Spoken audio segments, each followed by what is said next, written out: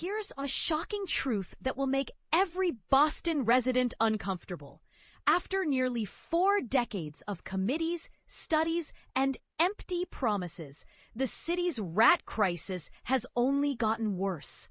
Picture this scenario. You're living in a metropolitan area that prides itself on housing roughly 36 world-renowned colleges and universities, many equipped with graduate-level public health programs that train the next generation of health experts. Yet, somehow, in 2025, this same city cannot solve a rodent infestation that has plagued its streets for generations. But here's where it gets controversial. Maybe the problem isn't lack of knowledge, but lack of genuine commitment to change. The real question we should be asking isn't what new solutions we can try, but rather, what tangible results have emerged from all those countless meetings, expert committees, comprehensive studies, and sensationalized news coverage about rat problems over the years? Let me paint you a picture that still haunts me from 1987 when I first arrived in Boston as a newcomer. Picture me strolling down the iconic Massachusetts Avenue in Cambridge, completely stunned by what I was witnessing. Garbage and refuse littered the streets like confetti after a parade, creating a scene that left me standing there in complete disbelief. The question that kept echoing in my mind was almost laughable. Wait, this is supposed to be the birthplace of American freedom? This mess represents the home of Harvard University, an institution that has stood since 1636. Fast forward 12 years to 2001, and my documentation project began in earnest. I started methodically exploring neighborhoods including the Back Bay, South End, and Fenway areas, camera in hand, capturing photographic evidence of what can only be described as an urban disaster. These weren't just a few scattered pieces of litter. I was documenting mountainous piles containing hundreds upon hundreds of plastic garbage bags. The contents weren't just spilling out, they were rotting and decomposing through massive tears created by scavengers rifling through the waste.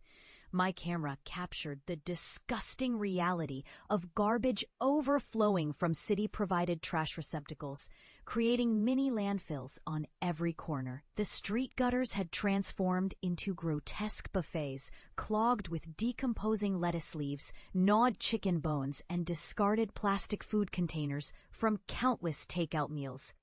Every single photograph was meticulously copied and delivered directly to City Hall officials. But here's the part most people miss, and this is where the story takes an almost surreal turn.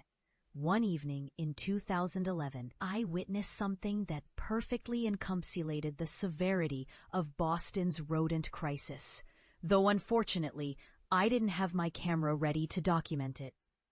On Westland Avenue, I observed a rat so large and bold that it successfully extracted an entire slice of pepperoni pizza from a discarded pizza box. This wasn't just a quick grab-and-run operation. This creature methodically dragged its oversized meal across the entire width of the sidewalk, then proceeded to haul it up 4 concrete steps leading to an apartment building entrance, as if it were moving into its new home. The most telling part of this entire 3-decade saga, despite sending comprehensive photographic documentation to city officials, I never received even a basic acknowledgement, let alone a substantive response about addressing these rat-attracting conditions.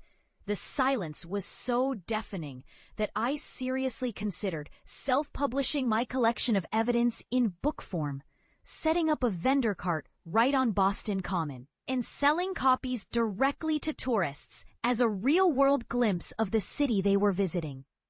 And this is where I'll be controversial. Maybe Boston's rat problem persists not because we don't know how to solve it, but because those in power have grown comfortable with managing the crisis rather than eliminating it.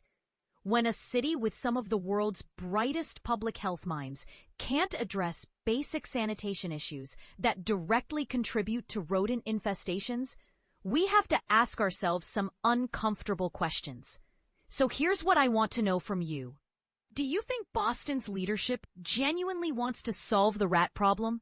Or have they found it more politically convenient to treat it as an ongoing issue that requires constant attention and budget allocations rather than a solvable challenge? Have you witnessed similar scenes of urban decay in Boston? And if so, did reporting them lead to any actual changes? Share your experiences and tell me, am I being too harsh on a city that's genuinely trying? Or is it time for residents to demand real accountability instead of empty promises? Barry L. Adams, Boston.